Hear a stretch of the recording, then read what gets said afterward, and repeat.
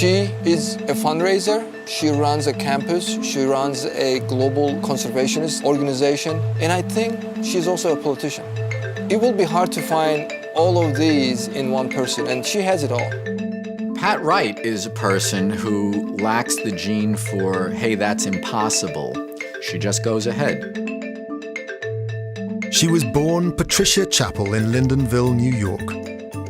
Graduating with a degree in biology from Hood College in 1966, Wright was newly married and living in New York City. To support her new family, she made ends meet as a social worker. But one serendipitous evening would change the course of her life forever.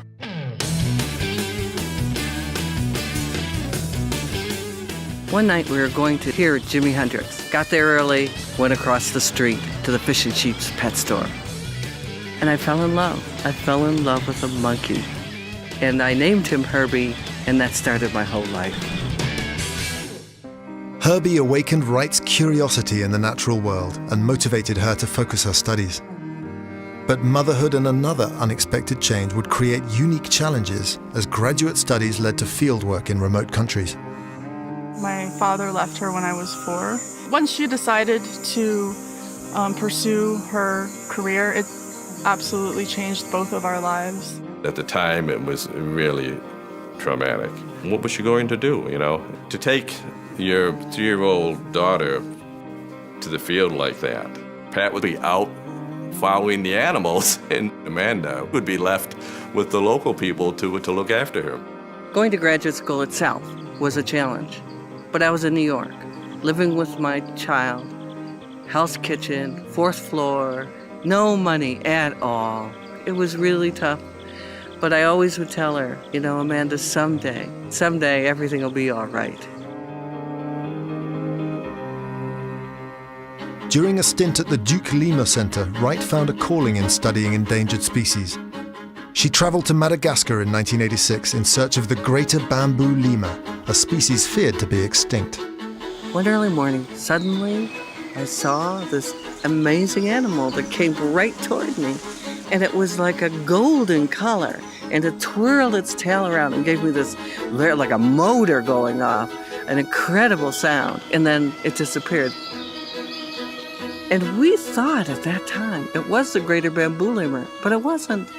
It was only later that we realized it was the golden bamboo lemur, a new species to science. A few weeks later, we found out that the greater bamboo lemur was in the same forest. Armed with 2 exciting finds, Wright honed her focus on an area of pristine rainforest near the village of Ranamafana. But she quickly realized she had a fight on her hands. Loggers came and they started to cut down the forest. And I went to the Department of Water and Forest, and he said, you find the money and we'll help you protect the forest. And he ushered me out of his office. And that was the moment when I realized I had to become a conservationist. She went from village to village and asked the people what they need. They said 2 things. We need schools and we need clinics.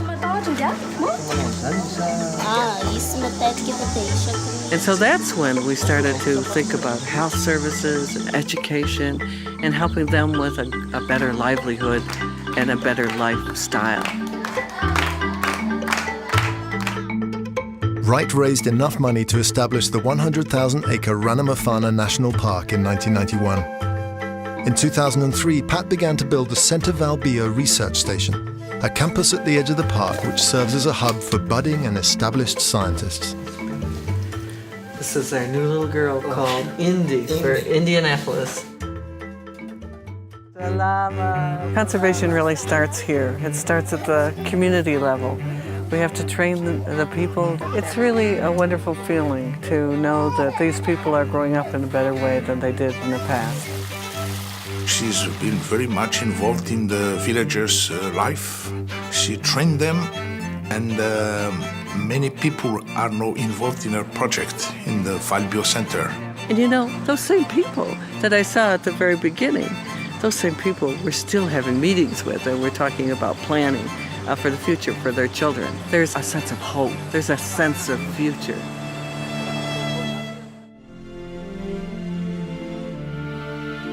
Pat has changed the face of Madagascar and lemur conservation like no one else could. This is more than she could have ever dreamed. A bamboo lemur was here. That's amazing. To see how this park has changed from really just being a few researchers to just having tourists by the truckload. Look at that. There they are. Ooh, look at that jump. Do you know if it's a greater golden bamboo lemur? It's a greater bamboo lemur. Because of this national park that my mother has created, I get to bring my kids here to see these lemurs. For me to know that the world sees her and recognizes her is just such an amazing accomplishment, because it does mean a lot to both of us. It's astounding to me. I'm really, really proud. My sister has always been quite ingenious and quite a survivor and always a very loving person. Rather than seeing it ever as a struggle, she was really born and raised with this undying optimism that yes, we can do this. Yes, the world can become a better place. And yes, we're all in this together.